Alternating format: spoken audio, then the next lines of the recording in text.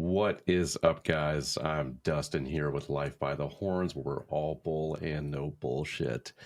And today, I'm happy to have with me Jarvis, who's our digital marketing manager at Best Life Group, over 10 years experience in marketing as a whole. And then Jan. Jan is new to our team, actually started out in engineering and then made his way because he wanted to follow more of a creative background into marketing and then specifically branding and brand strategy. And with that, I think it gives us a great opportunity today to talk as a collective about the big differences between some very synonymous terms inside of the industry. And generally, it's Blake asking me a lot of questions. I'm actually excited today because I'm going to let you guys be the subject matter experts. Cool. I might chime in a little bit here and there, but without further ado, Jarvis, for you, man, just right out the gate, you had mentioned this to me several times that there just seems to be a big disparity between the three terms, which are advertising, marketing, and branding. From your point of view, how would you define each, and what's the big difference? So I like to start with branding because branding is kind of the foundation of mostly everything, right? So branding is typically has a lot to do with how you make people feel when they hear your company name or they see your logo. You have different expressions of the brand. You have your visual expression. You have how you're positioned against your competitors. You have your core values, who you are. And then you also have who you are to your customer and your target audience, how they feel. And it's important to make the distinction between how your target audience feels about you and how everyone feels about you, because everyone's not going to feel the same. There's some element of exclusion there. So anyway, branding is more about feeling. Marketing is, the typical, I guess, definition of marketing. You're looking at things like product. I think that's like the 4 Ps: product, price, place, and what's the last one? And promotion, right? So promotion is typically interchangeable with advertising. So the promotion piece is just advertising, which is just paying for a space to get in front of your audience. Well, the price point is how much you're charging. The product is what you're offering for the value exchange, and the place is where your target audience is. What I like about, for me, I go a little bit deeper than that. So for the product, it's not just the actual thing. What's the thing? It's more, what's the offer? What are we actually offering the person? What's the desired outcome there? For the place, it's not about where they are physically. Like, yeah, maybe they're on Facebook, or maybe they're physically and in the middle of the mall or something walking through. It's more about where they are psychologically, mentally, internally, emotionally. So we're looking at things a little bit deeper there. And then for what's the last one? Product. I said product. Product is more about, the offer. And then the price is just the value, like the perceived value. So that's marketing. And again, the promotion piece is all about advertising. And advertising, like, is probably the simplest one to understand. It's just taking a space and paying for it to get in front of that audience that you chose. It's the simple one. However, people do tend to mix those three up. It's like, oh yeah, I need to hire an advertising agency. Well, what's your offer? Oh, we don't have one. Okay, so then you need a marketing agency. So, and then branding tends to be, from a branding perspective, people think it's my logo. That's pretty much it. My logo and how my website looks. Like, I just want everything to look similar, but it's deeper than that. Obviously, when you're dealing with emotions and how people feel. So I think that answers your question, but I said a lot to say. They're very different. Yeah, I think there's a lot that's intertwined in marketing as a whole for me to like make it as simple as possible. When I think advertising is just pay to play. Mm-hmm. Like, if you're not paying, you're not playing, and no one knows that you exist. Right. If you're talking marketing, to me, it's just more of a holistic, what's the entire strategy Mm-hmm. that encompasses it in order to get that message out and create visibility. And then from a branding perspective, you mentioned emotion. Mm-hmm. And so many people would say it's colors and logos, etc. Jan, from your perspective, what do you, or how do you define branding? Well, I think I love that we first started with this topic right off the bat because there's a lot of confusion. And to add a little bit of context to the topic that we're touching right now, I feel like a lot of people are confused because back in the day, the hierarchy we would used to be like top to bottom. Brands used to talk to us from the billboards, from the TV, from the radio. So they basically had all the control on their narrative, on the messaging and everything. And we were just consumers. We were just an audience, right? Now that the game field has been leveled and we can see eye to eye to brands, and we're all basically creating brands and creating channels and communication, I feel like it's important to clear a little bit the the topics. And I feel like Jarvis described it very well. But if we want to simplify a little bit more, I think that marketing is what attracts people together with advertising, right? And branding is what makes them stay with your brand, because people nowadays have 1,000 options. Back in the day, we have 2 or 3 options of a product that we wanted. Now we have infinite options. So what is going to make us choose a product over another? It's no longer the position in the shelf or um, how much they spend on advertising on a year for a brand. Is more about what the brand makes us feel. So we as an audience, or we as consumers now, want to buy and consume from brands that are trying to, that, well, not trying to, but that represent us and that are aligned with our values. And that for me is it's probably today one of the most powerful things, because at the end of the day, if your product is good, your branding is good, what you're gonna achieve is not just one-time customers that try your product and that's it, but you're gonna be able to create a loyal fan base of people, right? And just to contribute a little bit more to the conversation on that also, I don't think that it's either or. Like, we should not be doing marketing or branding. Like, we should use both as a channel for growth in every brand or every strategy that we do. So Yeah, I love that. I think one of the most unique definitions of branding that I've heard recently, and there's a lot of talk amongst many of the greats, that it's the emotional feel, or that attachment to, you know, the business or whatever it may be. But a very simple way that this was expressed, and something I was listening to, is, you know, you have a brand when you can sit inside of a marketplace that provides the same thing or service, but you can price exponentially higher than your competition. Like, that's when you know. I mean, you look at somebody, and sorry to my Android fans out there, but you look at a company like Apple, and when you've got these hardcore Android users, and they're like, oh my God, iPhone 16 just came out, and they're so pumped about this new feature that we've had since 3 years ago.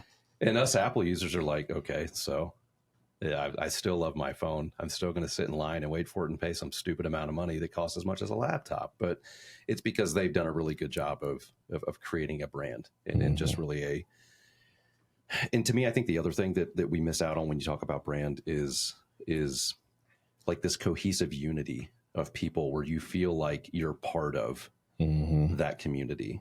So it's not even just how it makes you feel about the product or the service, but it's just that feeling of attachment with the community. Like, when you see somebody else with an iPhone, like, there's just something there. It's a connection, right? So I think that's just something that is super powerful, that advertising by itself just can't do. Yeah. I think one of my favorites now that I've learned since my son got a Jeep is the whole, like, there's like a whole culture. I didn't even know about it. And like, whenever I'm driving this Jeep, you know, people are like doing the little Jeep wave to me, and I'm like, I had to figure out what that was. But like, now I feel like I'm a part of the club. Yeah. I'm like, so now I'm like, let me drive your Jeep, and I'm holding the little Jeep sign up. But yeah, like, it's finding, I think it's really important for companies to really think about that. Like, what is, you know, because a lot of guys are just, especially when you talk about the blue collar, you know, kind of home services space, a lot of those guys, it's kind of like very transactional. We're going to do this thing for you and we're good. But they don't think about, you know, the things you can do once you map out the basic process you have. there are so many things you can do along the way to really show people who you are and what they can become a part of. And like you said, you can definitely price your offer gets a lot bigger, and that's where the marketing piece comes in. You can, increase that value, and you can charge way more than everyone else. But yeah, it's tough in some areas and some, some markets to really get people to understand that. It's always been a challenge because, and people just want to market. They're like, hey, I just want my lead. I just want my lead. And it's like, yeah.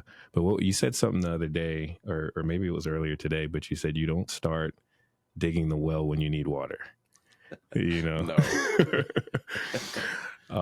And I think that's exactly what you deal with, with business owners that haven't really made these distinctions. They kind of roll them all up into one thing, and they say, yeah, I need somebody to market me or whatever. They haven't made these distinctions and created a strategy for each one that will flow all the way through, and it hurts them. It definitely hurts them, but they can't see it. They're kind of blind to it. Well, and I don't want to get like off topic, but I think one of the things that most businesses, and to be fair, it's a lot of people that we work with, but I think that so many focus on, because they start off as technicians and they're really good at whatever it is, the craft or the service or the trade or the product. They hugely put so much emphasis on making that perfect, which takes time. And it's not to say that you shouldn't have an exceptional product or service, but the real reality inside of any business is if you can figure out the initial bottleneck, which is generally lead gen, if you can figure that out, all of the other shit can be fixed. Yeah. Like if you can have people beating down your door because they want whatever it is that you have, even if you have a ridiculous wait list, if you've got the revenue, you can figure it out. And most people come to us when it's far too late and they need instant gratification. Yeah. And we have to say, it doesn't work that way. It doesn't work like that. It doesn't work well that way. No, there's a lot of agencies, to be fair, that would say, yeah, like give me your money and in 48 hours we'll have campaigns up. But speaking to that, so there are a lot of agencies out there that focus just on advertising and singular platforms, and ones that focus on marketing a little bit more as a whole. And then you've got agencies that are just hyper focused on branding and branding only. Where do you see that fall short for a business owner? And then is there a benefit with finding more of a holistic solution? Well, I mean,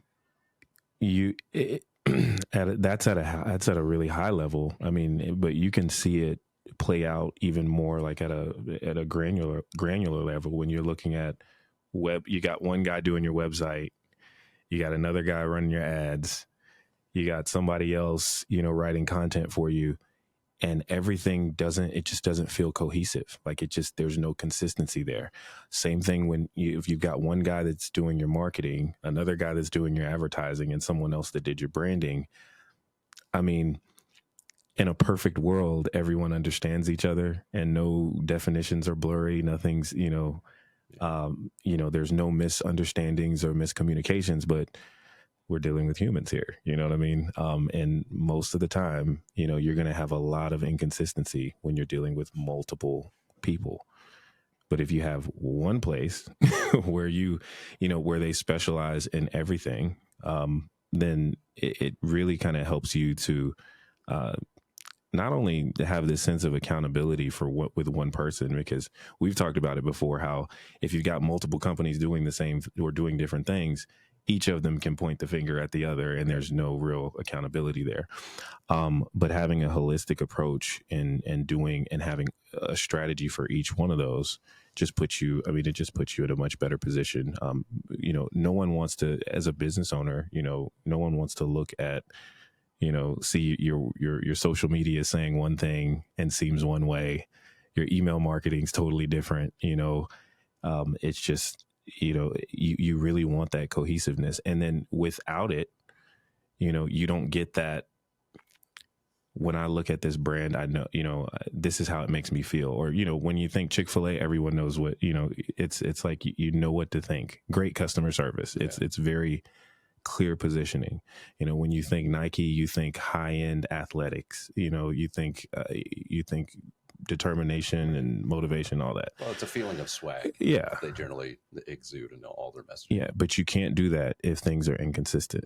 And so having a holistic approach, I mean, without it, you miss out on some really great tribes and some really great great audiences or connections. Yeah, I like to call that as you mentioned, the web developer doing one thing, the ads guy doing another, somebody creating your content, running your social. We call that the patchwork quilt. Yeah. And like it does the job and you've checked off all the boxes, but you don't want to tell anybody about it because it's really ugly. Right. Oh, man. Jan, what about you, man? Is there anything that you want to add? No, I feel like I'm totally on board with what Jarvis said. Like some business owners, they grow impatient and they lack the patience and the peace of mind that whatever you're doing in branding today probably would not help you sell immediately today, but it has a rippling effect on the future of your brand. So I always recommend start with branding, because at the end of the day, if you start with branding, you're going to have a solid brand strategy. Out of that solid brand strategy, you might be able to craft solid brand messaging, and then you put it out through marketing, you put it out through advertising. That's going to provide way much better results. And yeah, there's the common misconception. I don't know if has been created by other agencies that overpromise and underdeliver, but there's no short-term solution for growth in anything you do. Like, let's talk about any industry. There's not one magic wand or a couple of buttons or clicks that you just press and wow, you're making it rain. It doesn't work like that. Like, there are ways of putting yourself in front of people faster, but at the end of the day, what you are saying matters as much as what you're putting in front of the people. So, because if not, you're just going to be scrolled over. You're going to be another of those ads that people skip. People naturally have the instinct to skip ads, right? Yeah. YouTube gives us the option to skip them. So if you give me the option to skip an ad, I'm going to skip it, unless you hook me with a great message and you provide like a quality information through that message. That's a different game. So I always recommend start with branding, and then all the other things are going to start like fitting in and making more sense and providing better results and probably faster results than just shooting like a shotgun in the air and see what hits, Yeah. Well, I wanted to, I guess, take a step back. So Jarvis, you had mentioned something that I had said that I had gotten from somebody else many moons ago, that you don't start digging a well, when you're thirsty. With marketing specifically, or this just, entire, encompassing thing in which we're talking about right now, I can't think of a single business that I have worked with that out the gate had a great branding strategy, came to the table with a brand kit, knew who they were. Like, it just has never happened, at least to me. So if I were a betting man, I would say that at least like 99% of small businesses, that's not even something they think about. But knowing that when businesses are coming to most agencies with the thought or the goal of, I need advertising to increase revenue with no thought of branding, what are some of the like common pitfalls that you've seen in your experiences from people that you've worked with? Well, the first thing is you never see the results that you want. I mean, and typically it's, I want more lead gen, I want more leads, I want more sales. I mean, because we need to grow, we need to hire more. But without branding and without really understanding or having a full marketing strategy, that's another thing. Brand strategy is one thing, but marketing strategy is another. So if you're coming to me with neither brand strategy nor marketing strategy, and I'm just an advertising agency, you've literally gave away the ball game already, so you're never going to get the results that you want. When I think of strategy, and I think this is a kind of, I'm a little weird about definitions, right? So when I think of strategy, I think with advertising, most of the time, advertising you can have an advertising strategy, yes, but most of the time when you're talking advertising, you're talking tactics, right? The thing, your strategy is more like your plan, your overall plan to identify what bottlenecks can come up and how I can, start kind of strategically putting things in place to alleviate those things. So for an example, if I know that in my market, let me see scenario here. Let me see if I know that in my market, there's a real huge lack of trust, right? People have been scammed a lot. Then I know that, all right, well, I need to have something in place, some sort of plan to circumvent that so that I can position myself as a trusted authority in the space. So then what can I do? So you start planning ahead of time. What's some of the messaging that I can put in front of these people so that I can overcome that? Those are your strategies. So from a branding perspective, when you start talking about who you are and what are your core values, and then who your target audience is and what they care about, what their day-to-day looks like, what their hero's journey is, where are they on that journey to becoming who they want to become, what are their desired outcomes, what are some things that what are some things that their families are saying that they're hearing, what are some of their competitors, their friends, what are they seeing and hearing that's impacting their motivations, their fears, their anxieties every day. When you start getting there and then you start strategizing around connecting with those people, then everything else kind of starts to make sense. You start doing things with purpose. And I think, you can't, if you put a business that's really purposeful in everything that they're doing versus another business that's just advertising just to generate leads, like we're just throwing out messages, and it's like Michael Jordan playing against my son, like in the 90s. It's just not, you're going to get blown away, and I think the problem is most of these guys aren't recognizing that we're in a competition. Every single day, this is a competition. So you're not just, throwing, and this is your real money that you're throwing away, and the challenge that I had back in the day with agencies is a lot of them knew this. Like a lot of agency owners know that the customer, they'd say that, the client's really stupid. Like they don't know. So they're like, they'll be gone in 6 months, but we can take their money for, we'll take their money for 6 months that, we've made our return on investment and then we can move on to another. So you see, in the space, we get a lot of gurus that try to teach us how to get more this and more that. They have all these trainings and coaching programs.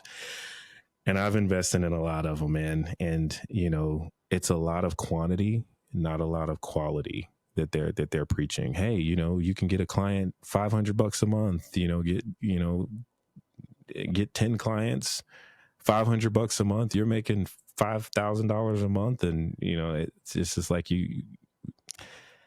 they're teaching this entrepreneurship thing, but you got a lot of guys in their basements that really don't understand this holistic thing, and they're taking advantage of business owners. So of course, for us now, we have to fight with that, and we have to make sure that, we're building that trust with the business owner to let them know that we're a real business, we're a real advertising, or we're real marketing, or really a real business growth solution. Because we do more than just, we do more than just advertising and more than just marketing. I want to touch on something that you said that I think is extremely powerful that so many people may have missed. And then Jan, I want to tie you into this as well, because you experienced this super recently. So you had mentioned, businesses want to advertise, market, et cetera, because they're looking to obviously increase revenue, which naturally follows hiring, which you had also mentioned. And then you mentioned core values later. Mm-hmm. And I think it is so important for businesses to understand that branding goes beyond your customer that is paying you. It hugely goes to the people that are on your team. And I have made the mistake, many times in other companies and industries where we didn't prioritize that at the core. And then all of a sudden you look like everybody else, in this pool of applicants when people are looking for jobs. So, and I know I'm shifting gears a little bit, but I think there's just this huge misconception that marketing or advertising is only for getting new customers. Like when you're trying to find talented individuals to join your team, if you are not well branded, if you don't really sit deeply in your core values and that doesn't live in your organization, you're just like everybody else. But and maybe all these people have lied to me all these years, but as we've been doing these video screeners for probably the last 3 years to find team members in multiple companies that I'm involved in, I really love specifically what I hear from people when it comes to Best Life Group. And they generally, if they've taken the time to really do their research, which is important for anyone listening, but if they've taken the time, A, they love the ad. And then B, from the ad, there's that same continuity that's on the website. And then on the website, they also see our core values that are mentioned as well as in the ad.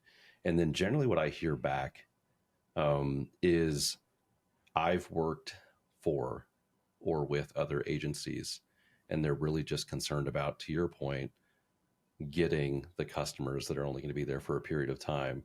And they're like, but it's cool that you guys are really concerned with results and ROI guarantees and actually caring about the small business in your area. Because to be fair, like I'm one, like it matters to me. But Jan, I mean, from your perspective, I mean, you're a brand engineer.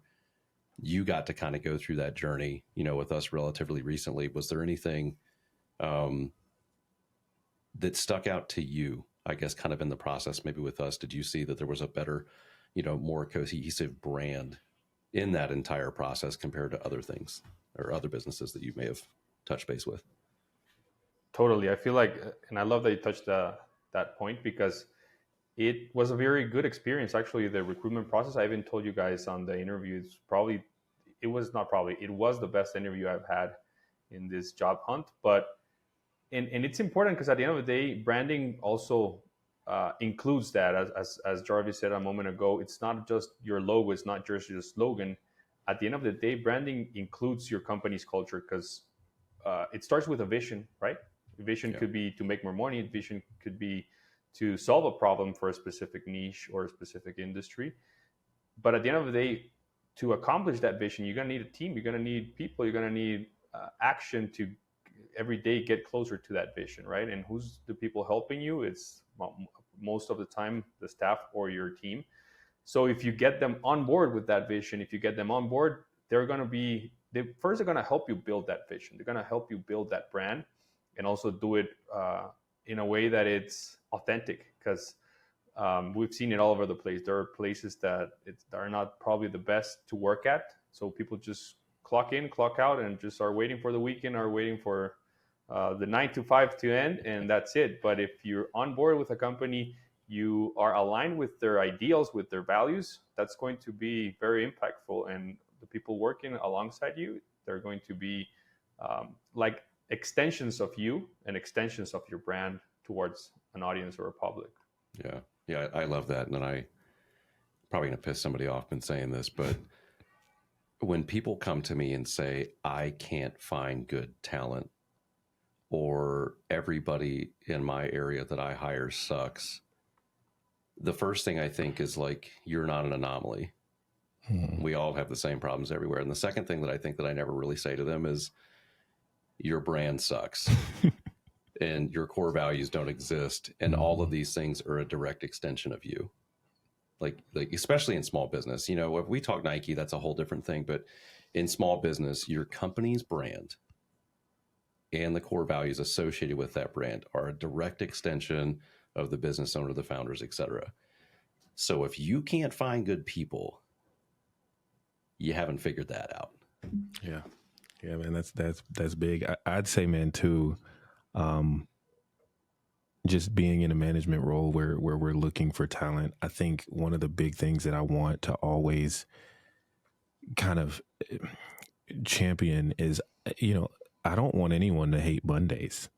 Like, I don't want anyone that's going to come on the team. I mean, when you're in a market or in an industry like this, like marketing, where you have to be the best and you want to be the best, and you're competing with some of the best out here, like, you don't want anybody on your team that's dragging in on Monday to work. Like, you want people that you want people to love what they're doing. Like, they can't wait for Monday, and that's kind of that's how I approach things. So that's what I'm looking for. And so again, to your point, when you really have those when you're really looking at those core values and they mean something to you, it becomes easier, first of all, to spot when other people don't through these, when you're interviewing and looking at these our recruitment process. But then on the flip side of that, the company culture, like, it stays true to who it is, like the true personality inside and out. And that's, I mean, typically if you look at it as a person,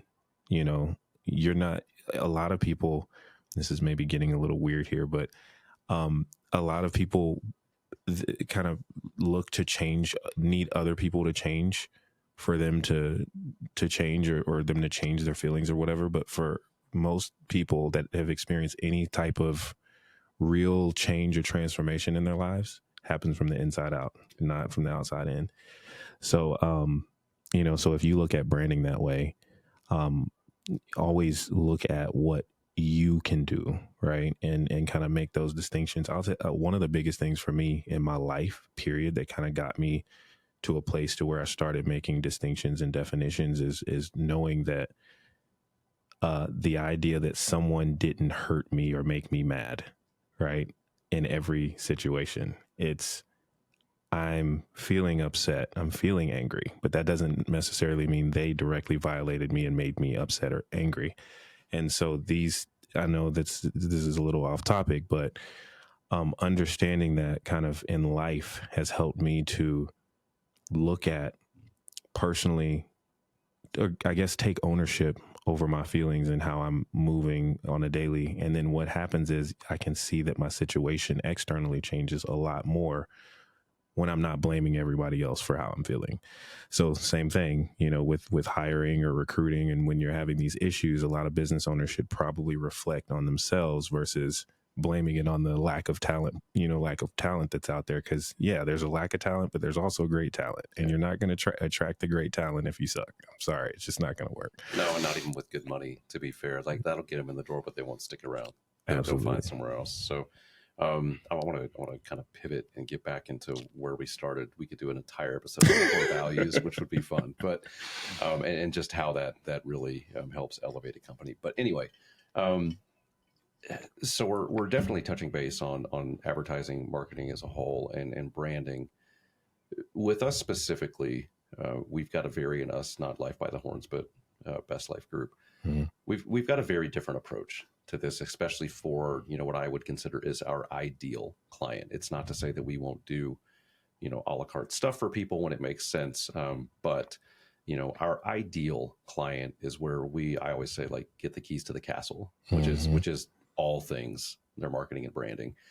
And when we get that, I just know at the end of the day, the payoff for them is exponentially more. And that's generally when we have clients for 2, 3, 5 years and beyond, because they get it. And we've got both this short-term and long-term vision for them. But for anyone listening to this, that's like, yeah, this sounds cute, but I need this now. Jan, maybe for you specifically, and Jarvis, feel free to jump in. Kind of walk us through, I guess, from a branding strategy, where does advertising fit into this, in the short term, so they can see ROI quickly while also be investing in this longer term play? That's a great question. And I'm going to steal Jarvis's analogy of Michael Jordan. And I feel like, as I said, Michael Jordan by himself couldn't have won all those games and championships. He needed teams. He needed a rebounder like Rodman. He needed a point guard like Steve Kerr, Steve Kerr. And I translate that to marketing as well, because you might have beautiful branding, beautiful ideas, really creative stuff, but if you're not putting it in front of the right people, it's just not going to work, right? And from the marketing perspective, the same thing goes. Like, you might have an excellent product, but people are not going to just rush into your store and buy it. And that's something that I think it's very important for business owners to understand, right? And at the end of the day, while you build the brand, it's a long game. It's a long, how do you say it? It's a long game to build the brand, right? In the meantime, there's obviously more immediate actions that you can take to put these messages in front of the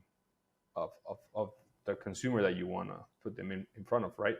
So another thing that I really believe in, and just to maybe simplify the concepts I've just mentioned right now, is marketing comes and goes. You can launch campaigns and just test them and understand what results are returning from those actions. But branding is forever. Like, you're not gonna, I'm done building my brand. Like, it doesn't work that way, right? That's forever. And Yep. to use one of the best examples that most of the advertisers use is Coca-Cola. Coca-Cola's biggest asset, it's not their factories, because those are partners and third-party um, participants of their chain. Their biggest asset is their brand.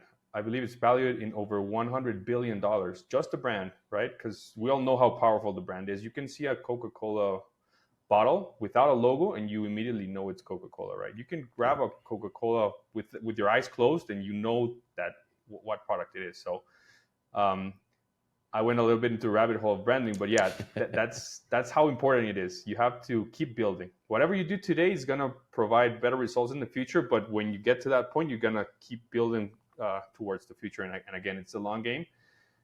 If I could recommend something that works probably more immediately, is the opportunity of creating content, seeing how the audience responds to that. And if the audience responds to something good and you have overperforming posts, that's a really accurate indication of what people are probably going to like or going to respond to your call to action, right? So that's the opportunity that we have now with the digital platforms that we didn't have in the past. In the past, you would launch a campaign and see if people liked it, and if they did, cool. If not, okay, let's come back in 6 months with a new campaign and see how this works with that learning.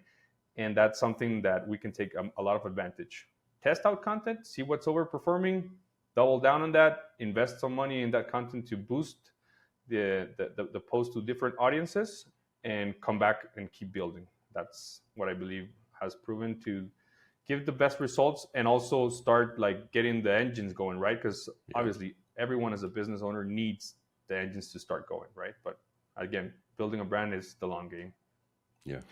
Yeah, I'll say, to short term, it's going to depend on where you are. And most of the time, if you're a business owner that's good at what you do, you have some sort of reputation, right? So the first thing I'd say that will get immediate, traction is some sort of reputation marketing your reputation, your social proof. If you don't have that, you need to get it because if it doesn't make sense to pour money into advertising if you have nothing to advertise, right? So that's one thing. The other would probably be, man, you need to, there's no shortcut to just kind of really thinking about the customer and what they're dealing with, and then coming up with a bunch of different hooks that are just going to really connect with them immediately and try to convert that way. Hooks and creatives. Well, and not to cut you off, but why is reputation so important? I mean, assuming you've got a good reputation, why is that so important to someone who doesn't know who you are? I mean, because at the end of the day, literally everyone looks at who, I don't know about you, but I go to Google for everything, right? Google reviews, right? So, especially, I mean, if it's a new restaurant that I'm trying that I haven't been to, heck, if my roof is leaking, I'm not letting some weirdo that has no reviews just get on my roof.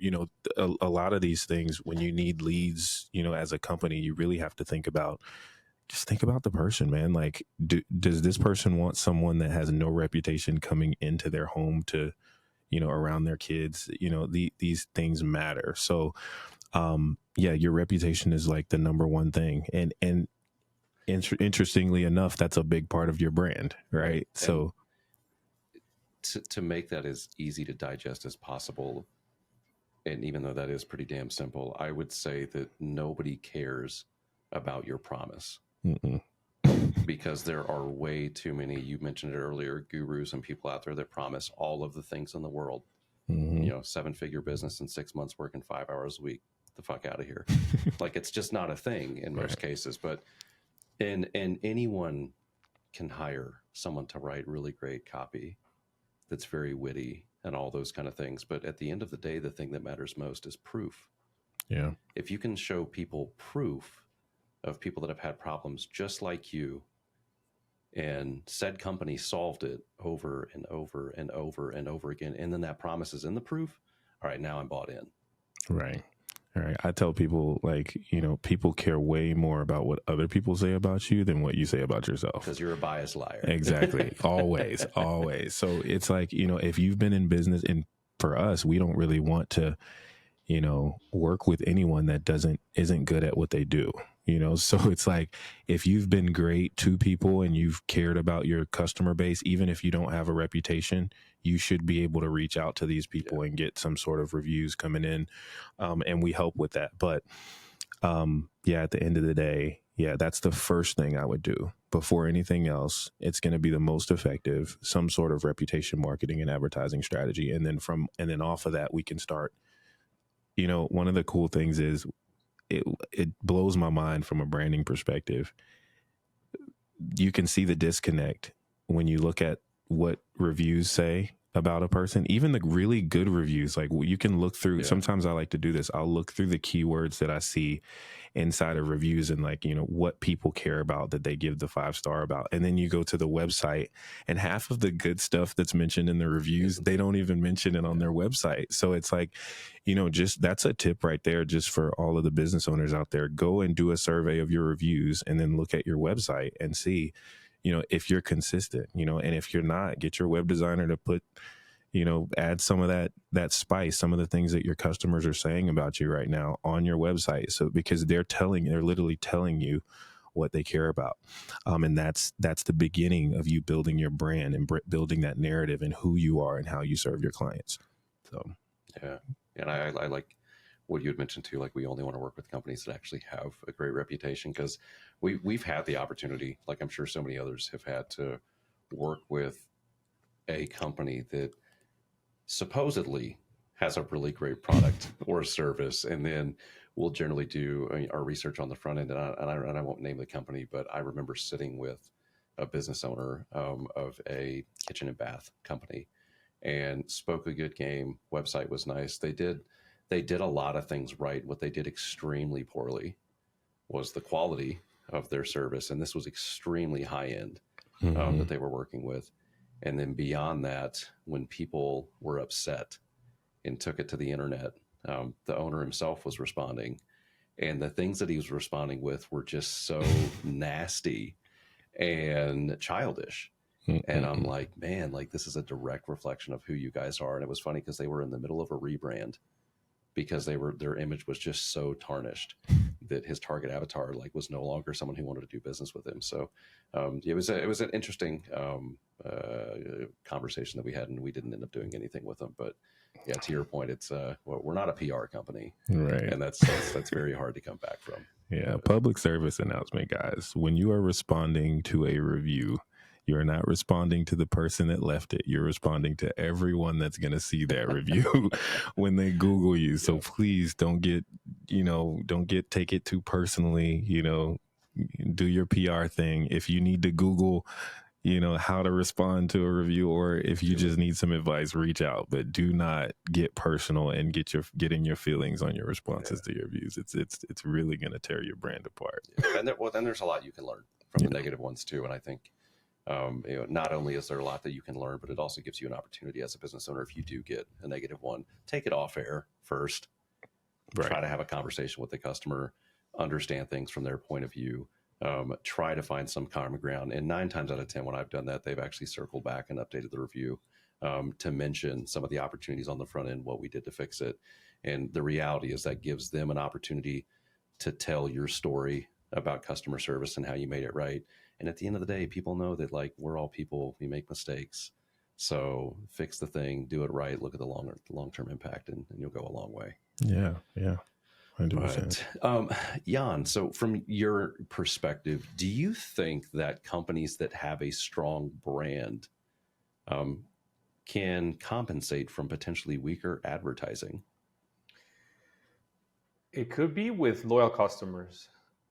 But in this case, I believe product plays a big role, right? Because if people love your product, they're going to they themselves are going to do the advertising for you.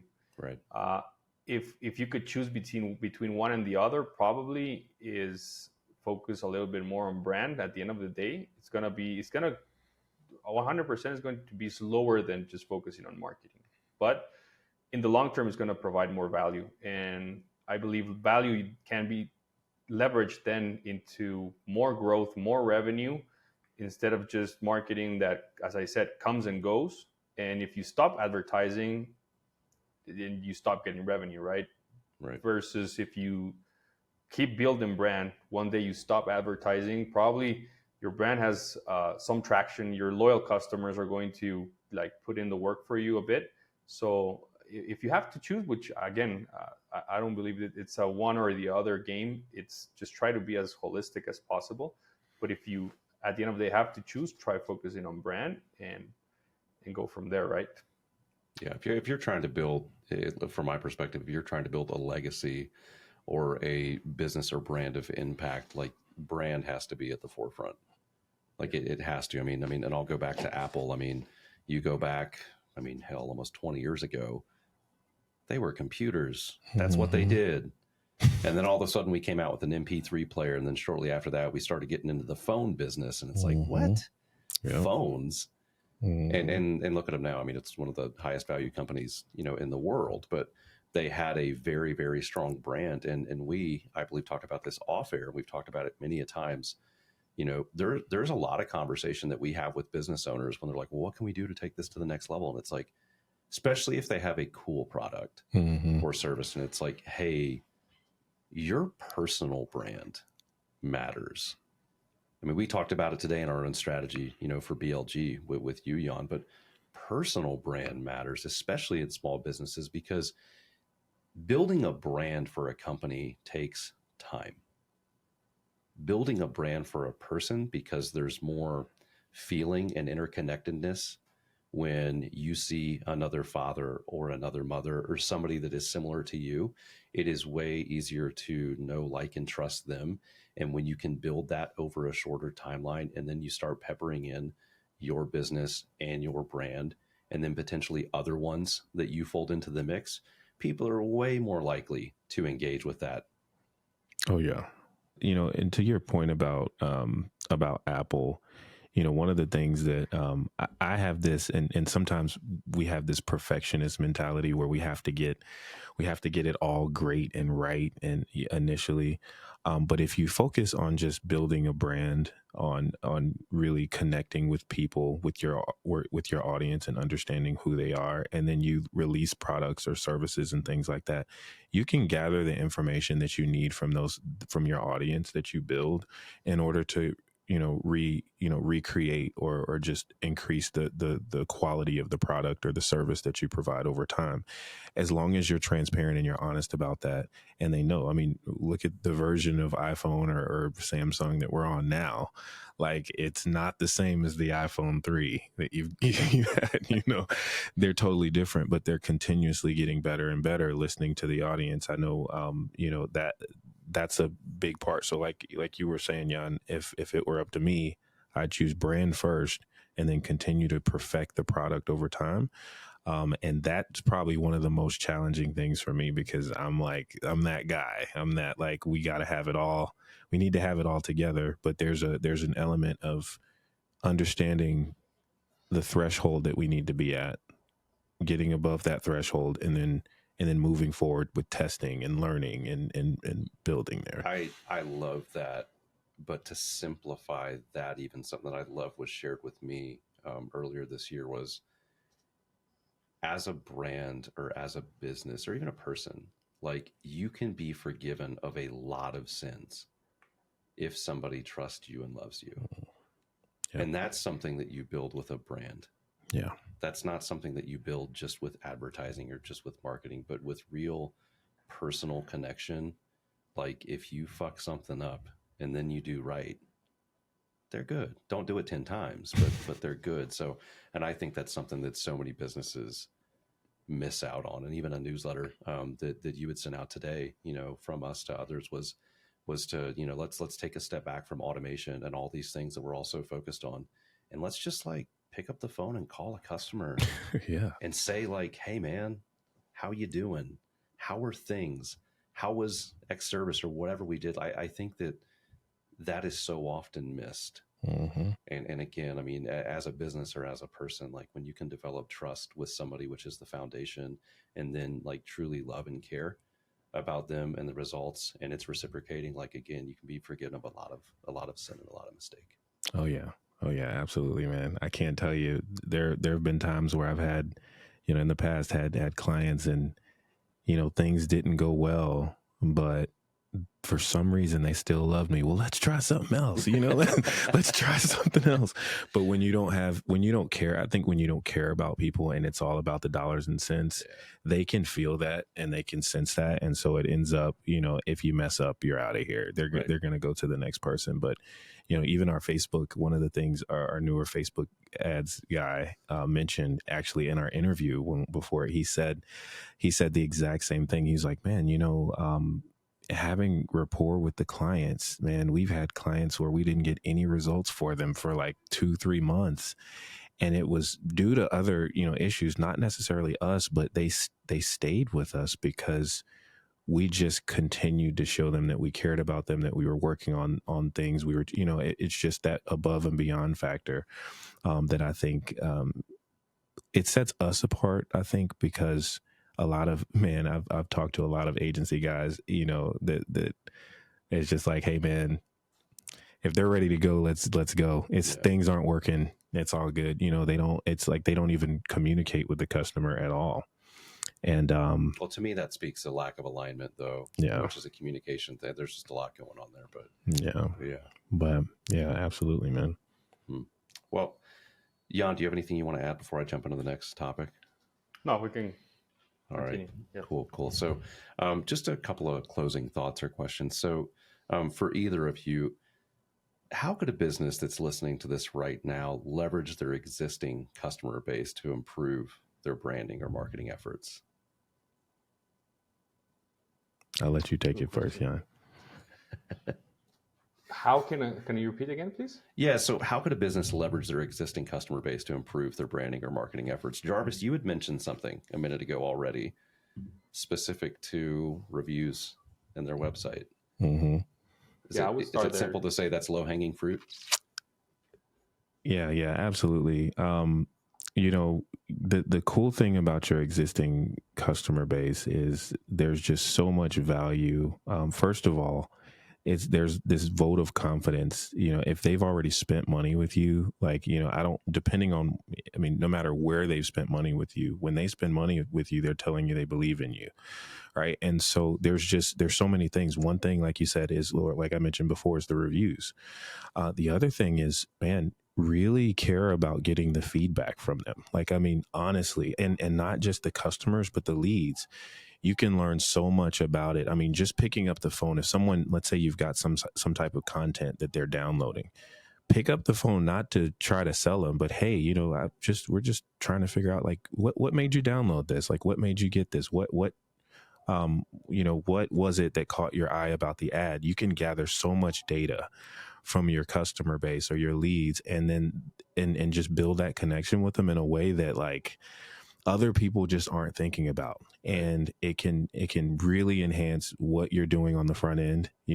Sometimes you're looking at the numbers, right? You're sitting looking at the data, and this ad, may be performing better than this one, quote unquote. But if you pick up the phone and you actually call people and they start telling you, well, you might think it was one thing, right? You might think it was the headline, but maybe it was the creative. Hey, man, something about that picture that you guys had. And if you hear that multiple times, that can influence what you're putting out there in front of your audience. So there's that. There's there's the referral piece. When you have customers, having a referral strategy. If you're trying to break into another market, or you're looking to create another product, whatever it is, reach out to them and let them tell you. Let your customers create your next service or create your next product. Like, you don't have to take it all on by yourself. If they're coming along for the journey, right? And that's more content for you. The user generated content. I mean, that's a great way to say, hey, we talked to such and such and they gave us an idea. We'd like to spotlight a customer here that really gave us this idea, and it really took things to the next level for us. There are just so many ways you can leverage your customer base to just increase your value in the marketplace without stressing about trying to come up with everything yourself. Jan, is there anything you want to add?